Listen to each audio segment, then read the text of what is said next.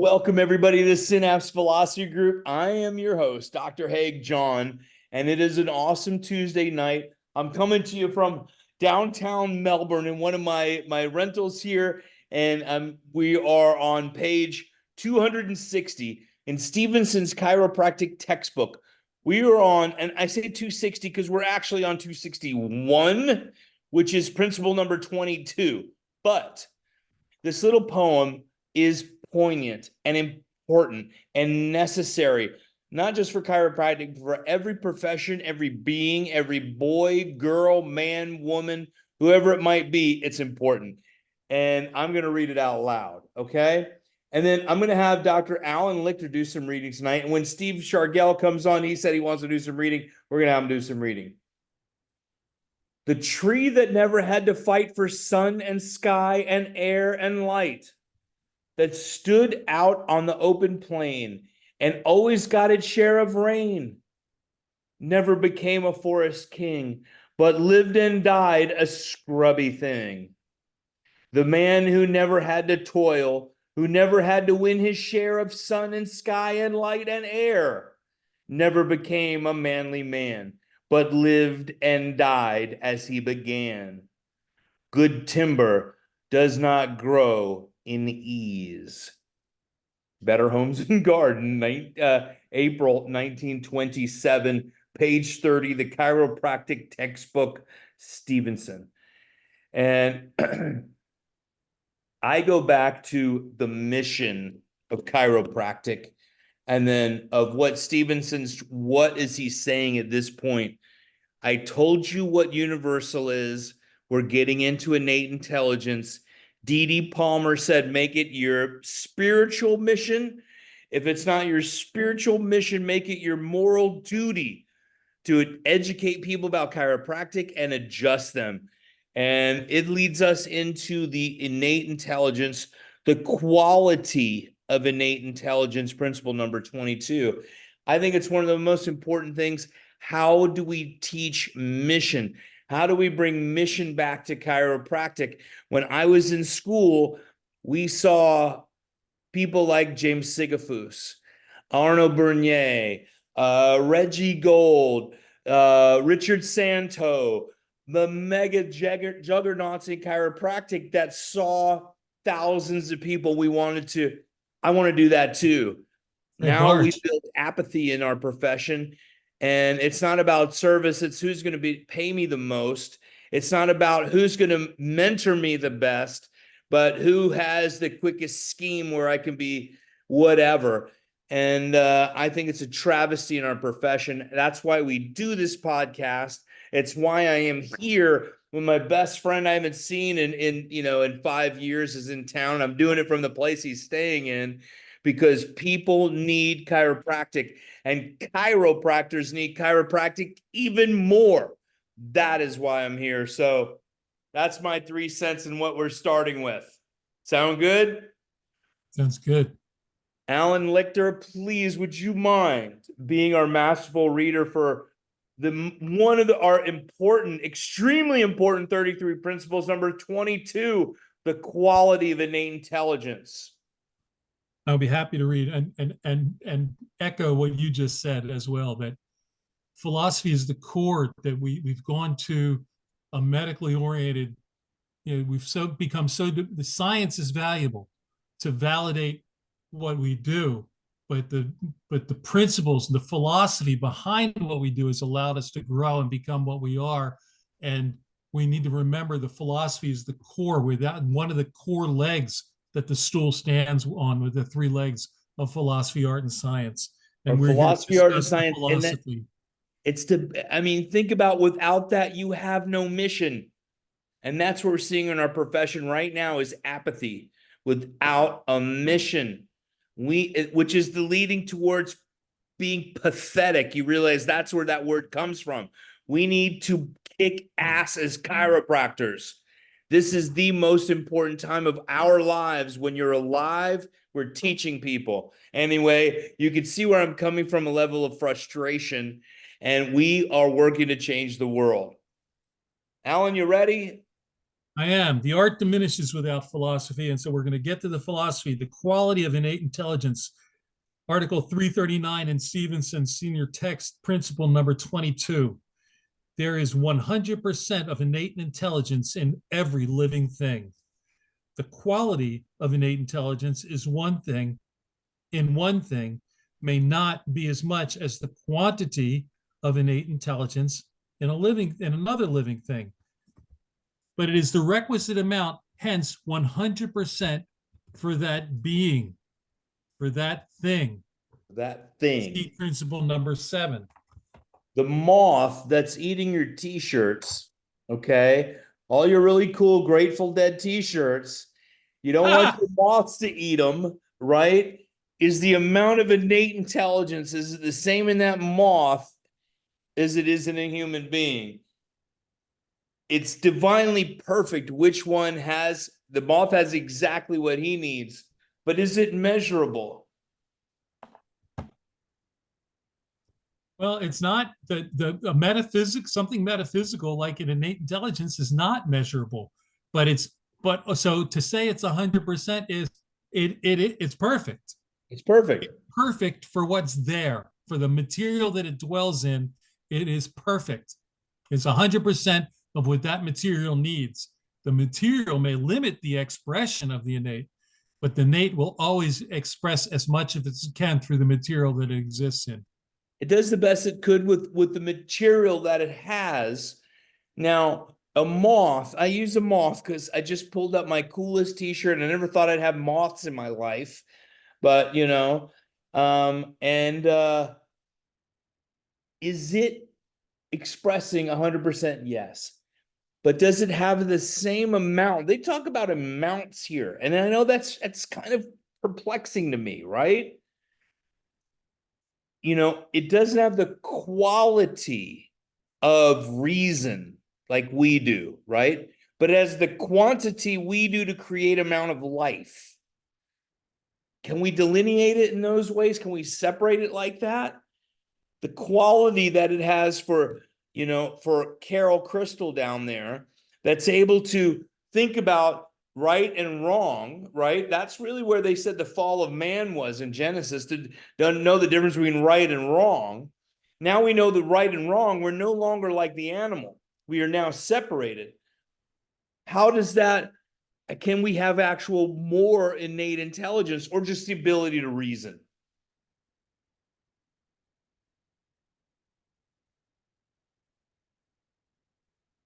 You just muted out, Alan.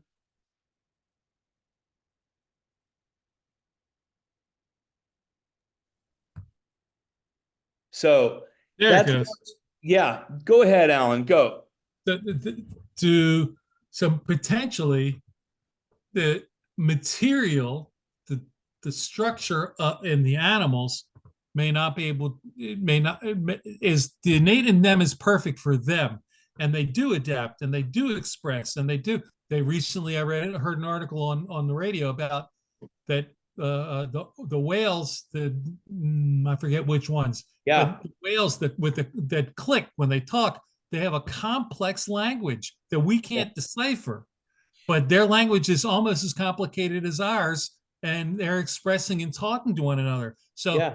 What is it that is the innate intelligence in them is perfect for them and is expressed through the material in them? And maybe deer don't have the same level of intelligence as us, but they have the perfect amount of innate that they need for them. And the moth has the perfect amount for itself to be able to survive. And the cockroaches that have taken over the world adapted to live in human resources. I moved out of New York. They can't talk to us. so I won't get carried away by the roaches, right? Listen, you're absolutely on target. I'm exactly, you know, and what I also heard, this new one really is that the dolphins have names. Like one of the certain tones is for Randolph or whatever this is for Vixen, but they know that they actually have names. It's the same names as reindeer. No, Listen, if Vixen is smarter than Rudolph and Dixon or whoever, I don't know the reindeers, does he have more innate intelligence? But that's really what they're saying. Plus, did I say Nixon?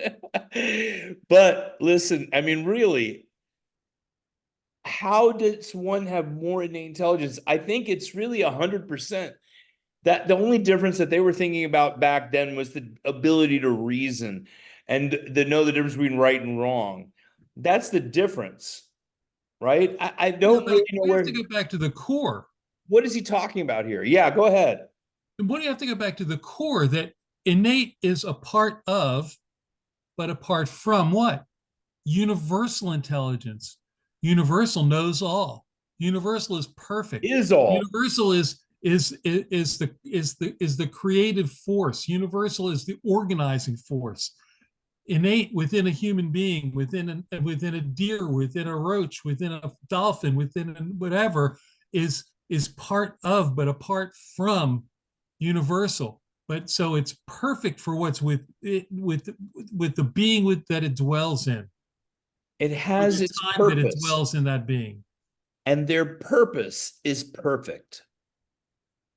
And it is divinely created in this architectural amazement that we are living in, right? I think each one has, if we're connected with that same universal intelligence is in all things, we are sharing that also with the mosquito I swatted this afternoon. And I actually thought about that, Of course, it's a mosquito. It's not has a less of a right to live than me, but it was extremely annoying, and it was ready to bite me. And then when I shaved my head, I'd have a bump on my head. So I swat the mosquito. But therein lies the dilemma. What has the greatest the why? Who has I played a part in that life cycle. Well, but we play a part in the life cycle every day, and our spirits choose to be here in this time and space for a reason, and we are an expression. We're here in. If you think that every moment is the right moment for us to be here and do what we're doing, I can't explain why some people do what they do, but there's some purpose in it that's beyond my explanation, and I have to do what I'm here to do to the best of my ability, as we all do. And part of our purpose is to be discussing this and making sure it goes forward. Yeah, 100%. Yeah. That's we chose to be here for this moment. And you know what? That's why you have the 1% of practices on earth at Crystal Chiropractic. And are you guys in Brick Township? Are you in Bricktown? Yeah, around there? Where You're Tom's muted, River. Carol. Here you go. You're muted, Carol. You're Yeah. muted. There you go. Point Pleasant. In Point Pleasant. You're in Point Point Pleasant, Pleasant. right Yeah. on that area. Okay. Yeah, it's right near Brick. I mean, down the street is Brick. It's literally down the street. Yeah, it's right off of Route 70. I sent somebody down to you too. I think they came in. Yeah, good guy. I think they love did. it. Yeah, Rob had mentioned that, so thank you. You're Well, thank you welcome. for them. You're very welcome. I know you're going to Yeah. help save his life. Oh, This is good. the thing.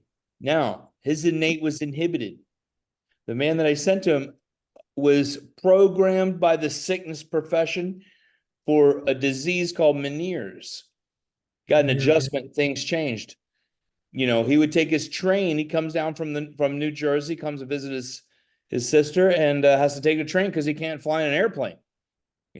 He spends something. I mean, it's like $1,500 compared to a $300 plane ticket to come down because he can't go into altitude. His innate is screaming for change. That's the way I look at that. Help me. I'm waiting for the right person to hear my language, right? And it's Dr. Rob Crystal for sure. And we can help take that pressure off the nerve. It's literally when I adjusted him here and his sister, and take pressure off the brainstem, and those Meniere symptoms start changing tremendously. He guy's getting his life back. It's amazing. Anyway, I digress. Should we do principle number 23? The function of innate intelligence, principle number 23, article number 340 in the chiropractic textbook senior text. The function of innate intelligence is to create adaptive forces to be used in and for the body.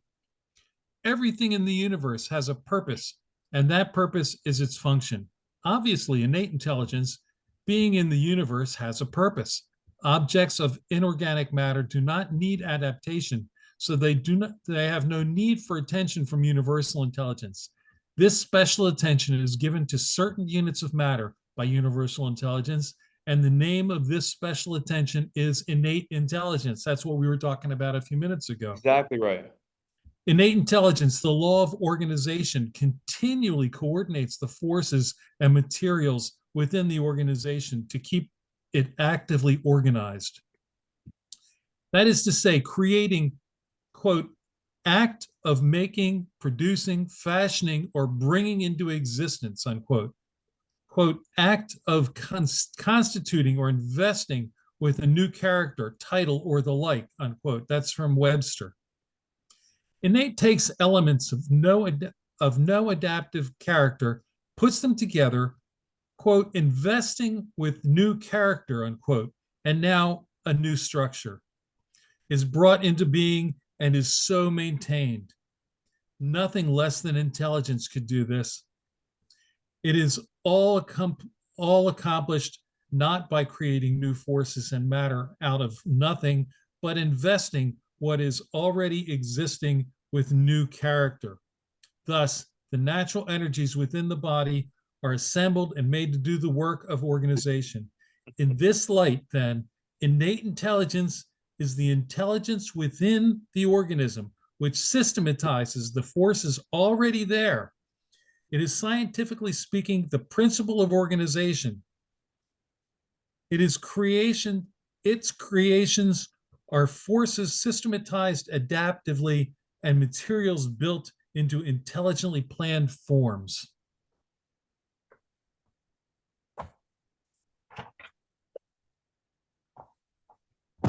There are no mistakes. It's creating and being divinely perfect. Nothing less than intelligence can do this.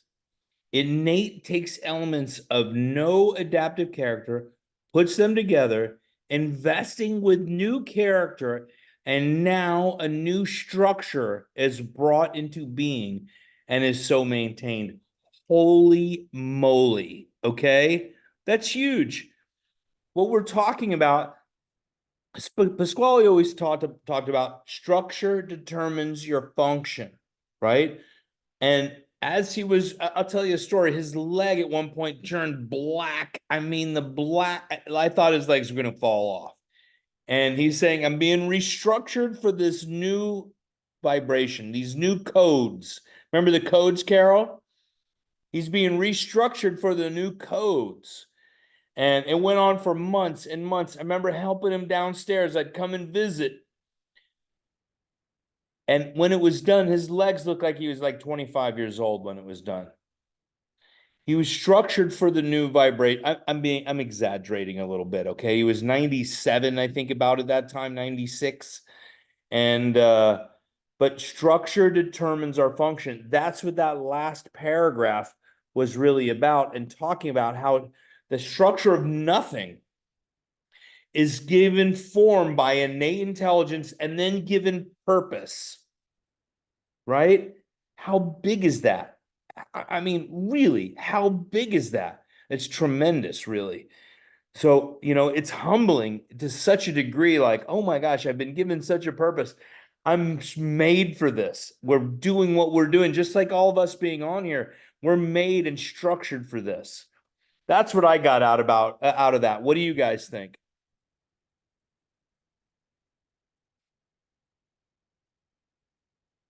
Alan, you're whatever. Hold on, you're talking. We can't hear you. So, Alan's having a little trouble. I'm going to ask him.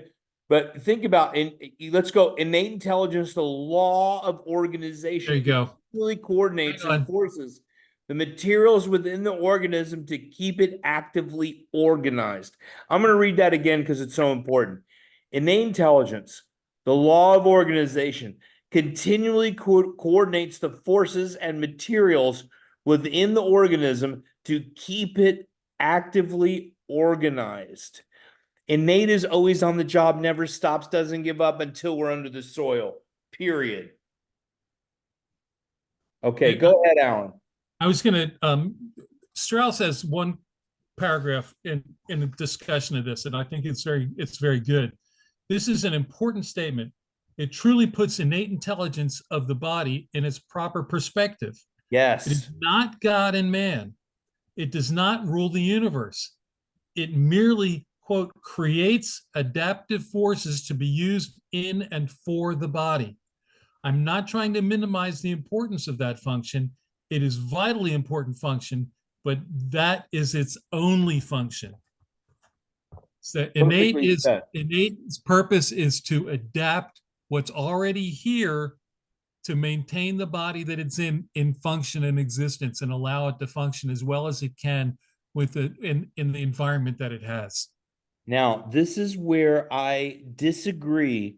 When previous things, we talked about the soul and innate being the same thing. The soul and innate are not the same thing. Your innate is the organizer running your show in your house and all those things. The soul is what's connected to all the other spirits and soul that connects us to the higher levels of spirituality. That's where I think the separation is. Pasquale talked about these are not the same things. They are different.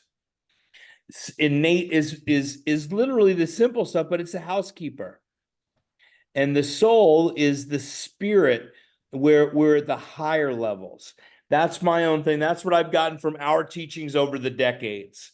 What do you guys think?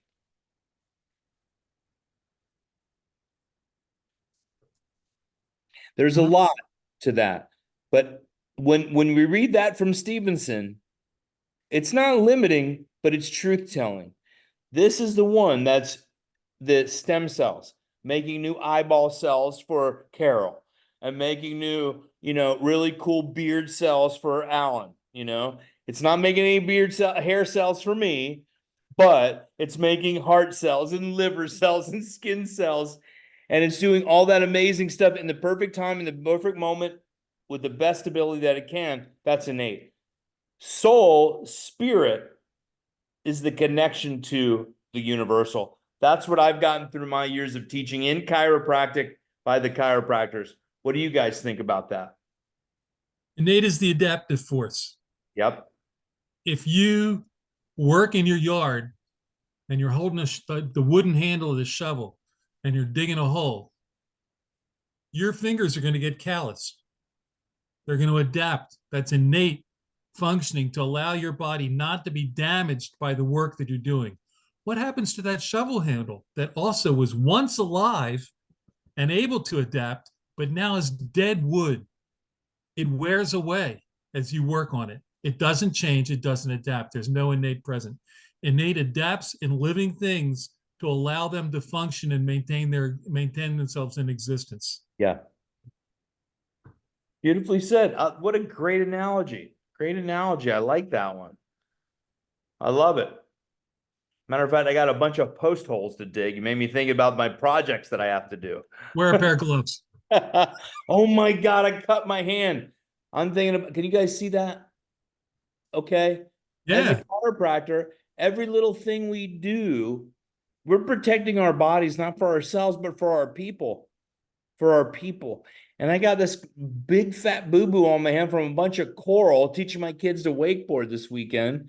I stepped off the boat because I made a ding-dong mistake, and I allowed the tow rope to get around the propeller, and then I jumped off the boat and landed on a piece of coral. Joy. So was it the coral's fault or was it mine? Because I was mindless at the moment. I wasn't thinking before I leaped. But what I did was learn an amazing lesson. Don't jump off the boat without your water socks on, But but also is that I have to be more cautious because it's the people that deserve me at 100%, because I also cut my foot and then it's really bad. But I think about this, it's about the people. You know, I have a lot of these young kids. Oh, yeah. Oh, my God. I'd be out for 2 weeks. I'm like, well, who's going to feed you? And then who's going to feed the people chiropractic? What are you going to do? We also have to care for ourselves. We have to take care of ourselves because the people deserve us to be well adjusted and give them the best, most high quality adjustment they possibly can receive. And that's where we are in our hearts and our spirit. And then from what our training has been. Alan, I know Bob, Carol, I mean, you have a honorary PhD, for goodness sake. I mean, my goodness. Alan's taught all sorts of techniques with a whole bunch of people that I respect. Oh my gosh. But the reality of it is people deserve us at our best. We always strive to be better. Or do we just serve to, I'll get by. You know, it's all right. I'll just fake it until people don't realize I'm faking it as much. I have had students literally tell me, I've had professors tell me, fake it until you make it. Can you imagine that? Not at one school, not at two schools. I've got interns that come from every school. Western states I'm waiting for. I haven't had one yet. But these are the schools that we talk about and we know and love. Can't fake it until you make it. You got to train your butt off because you're getting in the ring with Muhammad Ali tomorrow, right? Anyway, probably not. Lest you forget that coral also has innate intelligence and it's Yeah, adapted, and that's why it has that hard shell that cut you that's right. to protect the organism, that the small organism that lives in there and grows Yeah, the coral. And you may have killed some of those in that process, but the exactly. coral shell is there to protect, and it is an adaptive protection designed by the innate intelligence of the coral over Genius. time to allow it to survive. It's an adaptive Big survival from big force. lugs like you jumping on it. Darn it. Darn it.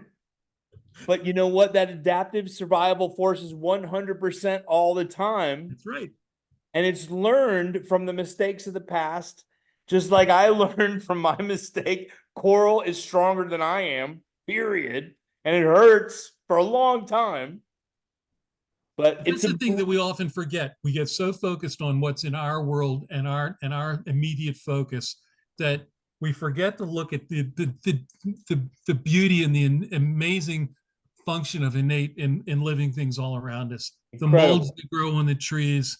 You know, I just found some new mold that I found the other day when I was in the woods called Joshua's ears that I'd never seen before. It was orange, sort of rust colored and jelly like, but looked like big curls of ears growing along the side of this dead tree trunk, you know, and or you know, there's everything is adaptive to its environment, and there's innate intelligence in all those things that we think of as being plants or small animals and roaches that we don't like and we step on right away. But there is an innate intelligence in each one of them that allows it to be in existence and allows it to try to adapt to its environment. And that's the thing we need the bigger picture that we need to think about once in a while in our lives. We have to, you know, open our focus and say, why is that there the way it is? How did it get that way? Why isn't it adapting in that way? What's going on in this world that's making that work that way? Stephenson put this in this book for us to have this discussion. Why on earth would Stephenson put it here? Is to show you the glory of the amazement of innate intelligence, right? And then the amazement of material and educated and universal. Like none of those, they all need each other. Universal is what it is. Our innate, it's symbiosis. We need it. You know, why would he add it in here? It is important for young chiropractors to understand this is what you're dealing with. I mean, why aren't all classes taught? Listen, look, we're going to spend the first, 5 weeks talking about chiropractic philosophy, and then we're going to teach you some science. Why do you think the CCE took out chiropractors from being able to teach the sciences? They said you have to have a PhD to teach the sciences in chiropractic school. Destroyed the entire profession. I got to say it. It's the worst thing to ever happen. because chiropractors can give our perspective when we're teaching these sciences, period. That's why Pasquale Sarasoli taught neurology at Columbia in Manhattan when it was in Manhattan. Eventually, I think it became NYCC. But having chiropractic in my beginning courses, you had it, Alan. But in my beginning courses, my first 10 quarters, it was sciences were taught by chiropractors. After that, the CCE, when they railroaded Sid Williams out of Life University, was very unfortunate. Then PhDs had to teach the sciences. Nobody taught the PhDs what chiropractic was. That's the other failure. Okay, and they still don't. The two quick stories. One when I was in school, the science teachers were maybe PhDs, but they were chiropractic students at the time. They were studying. Well, yeah, that's how you got your money. Good for them. How amazing is that? Yeah, that's cool. What totally, I mean, aside from the fact that my first chiropractor was the longest, one of the longest serving chiropractors on the board of the ICA, other than BJ, Kyril Deniston. But when I went to Sherman to start out, I started at Sherman, graduated from Life. But when I started Sherman, the first quarter class at 7:30 in the morning, the very first class was philosophy class. Who taught that class? Tom Gilardi, the president of the school, was there at 7:30 in the morning to teach philosophy to the first quarter students. Yeah. And that said to me how important this particular topic was to me in my new profession. I'm going to give you another story. And so that implanted something in my life that has ruled to this day. When I was in chiropractic school, it was the accreditation issue at Life University. I went to Los Angeles, to Cleveland, LA. My whole family's in Los Angeles. My sister, my cousins, everybody's around LA and San Diego. So I went back there. Dr. Cleveland would teach, forgive me if I got these days mixed up. C2? Yeah. Would teach. You gotta tell me. C1, Oh, C2, we got to C1, C2, C3.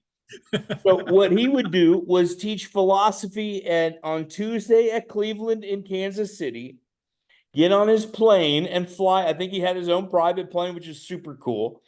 Would fly to Los Angeles and teach us philosophy on Thursday from the man himself, right? And, we became close friends because I didn't have to take philosophy again. I was already through 10th quarter. I'd go into the class and just hang out.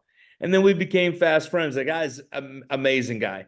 They just celebrated 100 years. A business going past 100 years is almost unheard of. Past the lifespan of the starter really is a very small percentage. And they just celebrated 100 years, which is a blessing. It's pretty awesome. For those people who are younger in this, there have been 3 generations of Carl Clevelands. Carl Service Cleveland. So C1 was Carl Cleveland the first. Carl Cleveland the second was the one that Haig was talking about. The current Carl Cleveland at Cleveland Chiropractic is C3. So you had C1, C2, C3, and that's the joke, is that they were all. So thank you very much. Well, their middle name being Service says it all to me. I think that is absolutely D-bomb, Well, we had a great night tonight. I want to say this because this is where we want to start next time. All right. Alan, mark in your book because all I have is my phone. Since I don't have it with me, we're on principle number 24, the limits of adaptation. Very good place to start because it's kind of what we've been talking about. And educated I'm going to pose a question now for next week. Does educated inhibit innate intelligence? All right. Good night, everybody. Bless you. Thank you. Carol, thank you. This was a lovely discussion this evening. It was a great night tonight. We're going to rock it out next week. All right. All right. See you guys next week. Bonnie Raitt tomorrow, Bob. All right. All right. Yeah, guys.